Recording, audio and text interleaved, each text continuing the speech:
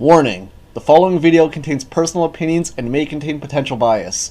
Anyone sensitive to someone else's opinion may want to turn away now. But thanks for watching anyways.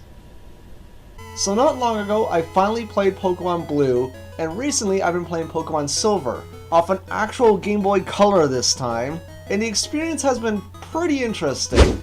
Especially given that, well, Omega Ruby and Alpha Sapphire just came out, so I've been playing the newest game in the franchise, alongside some of the oldest games in the franchise. It really puts things into perspective just how much this series has evolved over the years. But like certain stubborn Pokemon, there are aspects of this series which still haven't changed, dating back all the way to Generation 1. And these are things that have to be addressed. But this isn't going to be a top 10 or top 5 list. These are just 5 things in no particular order that really need to be changed. Now, I will admit, there is personal bias in terms of which I'm going to address first, so I guess you can count that as the order, but really, I'll take any of these changes because they are all long overdue. So, with that said, in no particular order, sort of, it's the Silver League's 5 things that need to change in the Pokemon games.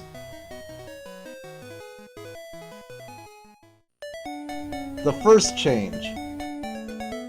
Can repels please work the way they should?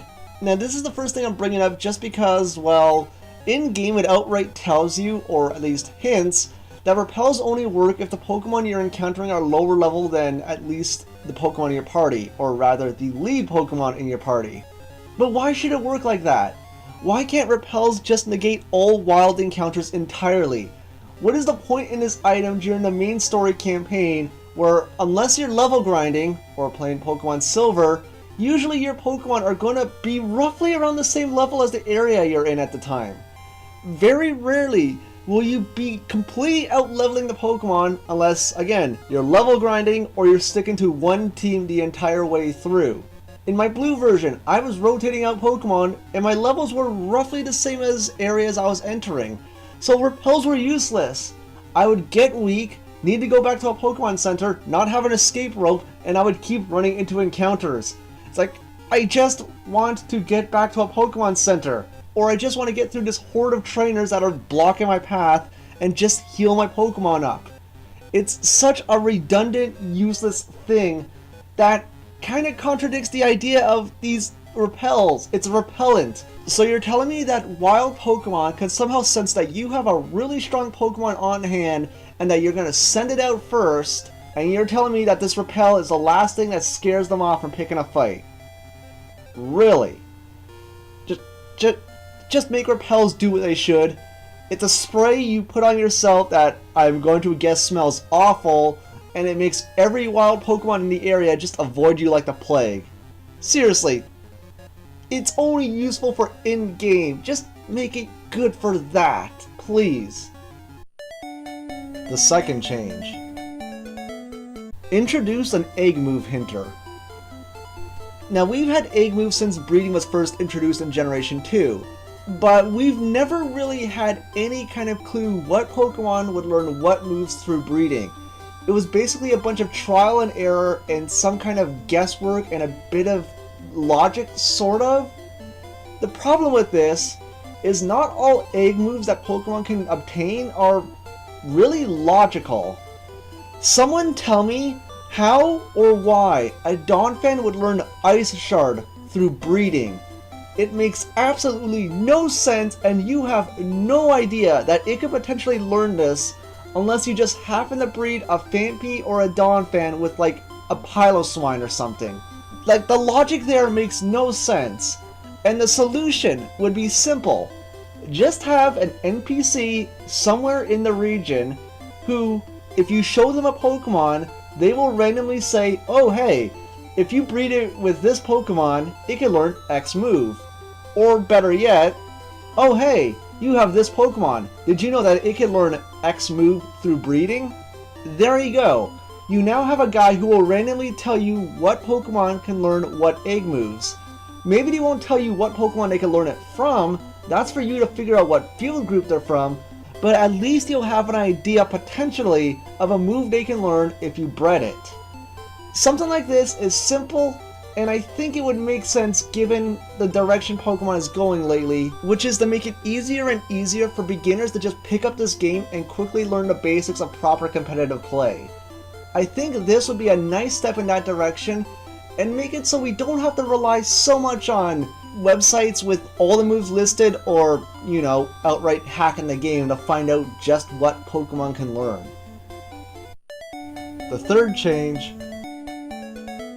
Just show the EVs by numbers, please. And maybe the IVs too. Alright, so with Generation 6 we got Super Training, which finally gave us a visual interpretation of EVs and IVs with the chart that it shows on the bottom screen. Problem is, this isn't the most precise way to read these EVs and IVs. It's fantastic that Super Training has made it so easy to, do proper EV training, but why not just display the number? Show us the exact amount of EVs each stat has along with the graph. Most competitive players keep a reset bag handy just because when you're done EV training and you want to make extra sure you got the right EVs, you'll use the reset bag because when you lose all those EVs, it'll actually display the number of what was taken away. Why not just display that all the time? It would make things so much easier. You've already made it so easy for everyone, it would only make sense. Just show the exact number. You can keep the graph if you want, but just show us the number. And you don't have to do this for IVs, because that would basically make the IV checker guide redundant. If you really want to keep him, fine, because all anyone cares about is what stats are 31 anyways. But really, just display the numbers. Display EVs at least, maybe IVs, maybe retire the IV checker, one or the other, or both. I'd really appreciate that. The fourth change. Make HMs forgettable without the need to go to a move deleter. Back in the day when TMs expired after one use, it kinda made sense why HMs didn't expire and were basically permanent moves. You needed them to make progress in the story, and you wanted to make sure you always had this move handy so you didn't accidentally lock yourself in a position where you essentially had to start over. But moments like this are a lot rarer now. In fact, in Black and White, and I think Black and White 2, you didn't need HMs period to make any progress. Heck, even in X and Y, when you got to a point where you needed Surf, you were given a Pokemon that could learn Surf. So this begs the question about why HM moves can't be forgotten. Because in a well-designed Pokemon game, you will always have access to a Pokemon that can learn said move so you can make progress. But how come you can't just delete the move when you're done with it and maybe relearn it later if you really need it? Because, honestly, no one wants to be stuck with a Pokemon that has Cut taking up a move slot. I'm looking at you, Slacking. It's such a redundant move. We're lucky that Surf is a pretty good move, but even that's losing a bit of its luster compared to moves like Hydro Pump or Scald. All this does is create the infamous HM Slave, a Pokemon you slap all the HM moves on because you don't want it taking up move slots on the other Pokemon of your party. The move deleter won't be irrelevant if HMs were forgettable, because sometimes you may just want to have one move on your party. Last resort, metronome battles. There are times where you will want to just delete moves, and it's great that the option is there. But really, HMs are kind of losing their relevance. Sometimes I feel like they're skills Pokemon should just learn rather than being moves, but just make them forgettable. There's no reason these days why they shouldn't be. And the fifth change that needs to happen in the Pokemon games is... Can we please fix the Nidoqueen glitch already? So some of you might not know this, but Nidoqueen and Nidorina cannot breed. Once they evolve from Nidoran F, they lose the ability to breed for whatever reason. Nidorino and Nidoking can breed just fine, but for whatever reason, Nidoqueens don't make new babies. And it's the weirdest thing, and I can't really figure out why.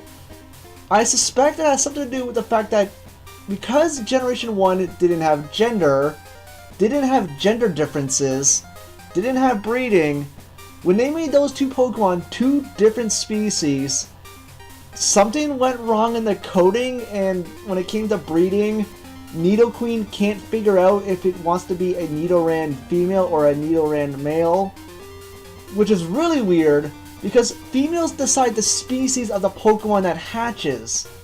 So wouldn't that really make it easier? I don't get it. And it's something that has been here since Generation 2, and they have not fixed this ever since. Now, to be fair, there could be people who try to speculate reasons for this, like in terms of the lore, maybe there's something wrong with the female reproductive system of Nidoqueens, but no, there is no way to cover this up. There's no way to change this or pretend that this is anything more than just a coding glitch. And I feel like the root of the problem is the fact that Nidoran takes up 2 species slots in the Pokédex, and somehow it's struggling to figure out which one is which.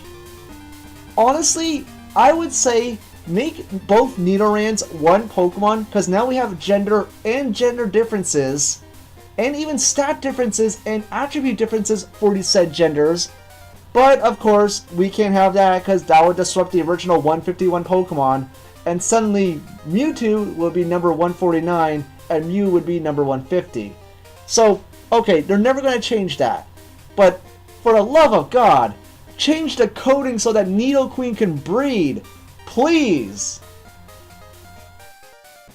And those were 5 changes I want to see in the Pokemon franchise, and I thank you all for watching.